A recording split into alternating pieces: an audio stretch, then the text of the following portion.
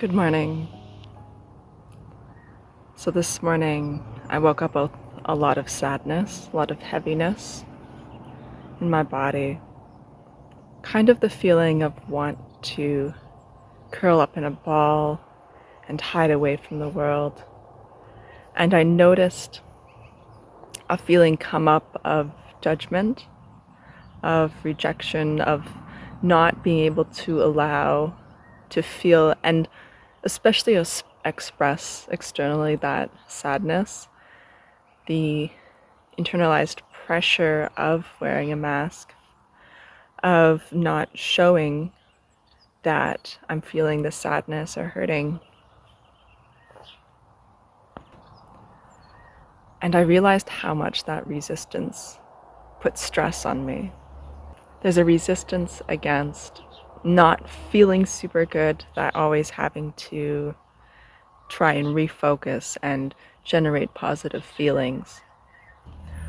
I thought about the story of how I've been struggling and I don't see other people struggling in that way, or the people that I'm around. Sure, there are people that are struggling in that way, and I'm connecting to those people who have that deep level of authenticity. They're not able to live on a surface level anymore. But with my work, I'm interacting with people who aren't able to connect on that level. And I felt pressure to hide what I'm feeling. And when I started to bring that up, I felt such a strong level of being alone and that disconnect when I started to feel more authentic. And then I had judgment inside myself of that I can't connect with my coworkers. And then just this morning I realized that that's okay. That once I started to allow myself to let go of that expectation of not making other people uncomfortable with how I feel, and that expresses itself in someone talking to me and I'm not engaging positively, but more just like into myself and into my feelings, that may come across as a very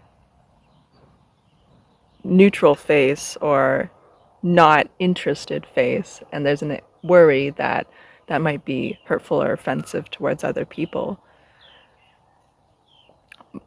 So there's that internalized anxiety in me. But if I allow myself to just be okay with feeling that sadness, as I stepped into that, it felt a little bit like being in a spa, like an emotional spa or a warm blanket where I could just sit and rest and allow the feeling of sadness, realizing that that sadness is coming from a pattern. I am not the sadness, or I am not what is feeling the sadness. A lot of this is coming from circumstances that are triggering stuff that's underneath it, which is part of the pattern. And then it makes so much more sense that the pattern has these combinations and patterns of thought that result in emotional patterns. And they seem strange because I know that I'm kind of beyond this. I've matured beyond these emotional patterns and thought patterns. So why did they keep showing up? And it's because it's a pattern that is leaving. And this clicked for me because I had been watching the seminar that Carl Cease did on his book, I Hope I Screw This Up. And he said, everyone else is holding it together. They're repressing all their feelings. And from the outside, those people look like they have it together. But if you're willing to go to the next step, you have to let yourself fall apart. You have to let the patterns fall apart. So then you feel as if you feel judgment because everyone else looks like they've got it together, but you're falling apart because you're letting go of all the old patterns that held everything together. But people who repress everything and hold everything together, they're not living in their highest. Because there has to be that fall apart, there has to be that expansion to new, exciting things for you to be living in your highest. And I realized, wow, okay, so I've been experiencing these patterns come full force. For example, the pattern of limerence. I've gone through three one-year cycles of limerence, and each time it's gotten worse. And I had so much judgment about this because it's like, why is it getting worse? Like, is there something wrong with me? And just this morning I realized that is the pattern falling apart. It's getting louder and louder and louder. It's playing out to its fullest before it dissolves. And this is a lot of what I felt the sadness about there was a story in my mind that's playing out, why do I have to struggle with this? I don't see other people struggling with it. When I brought it up with my coworkers, no one else could relate. So I felt alone and disconnected. Why does everyone else seem to be having such an easier time at life? Why do I feel like I'm failing at life? Why do I feel that, or why does it appear that I'm not as functional as these other people when I've worked so incredibly hard? Like, it's been a struggle every day for years. So there's been this really deep falling apart that I've been experiencing that's bringing me to higher and higher levels. And it's okay. It's okay that I can't connect to my coworkers in that way. And actually bringing it up and being authentic in myself makes it really obvious, because before I was really trying to blend in and not seeing that. So the intense pain that I've felt that's been triggered these last 3 years by certain people I'm experiencing limerence towards. It's like, are these people really that amazing? Well, they're fulfilling a certain role in my life. Because along with the limerence comes with intense feelings of attraction, and then the thought pattern that comes from there. Because I feel so attracted to this person, this must be my person, the person that I'm going to end up with or destined to end up with. And it's been a process of breaking that pattern apart.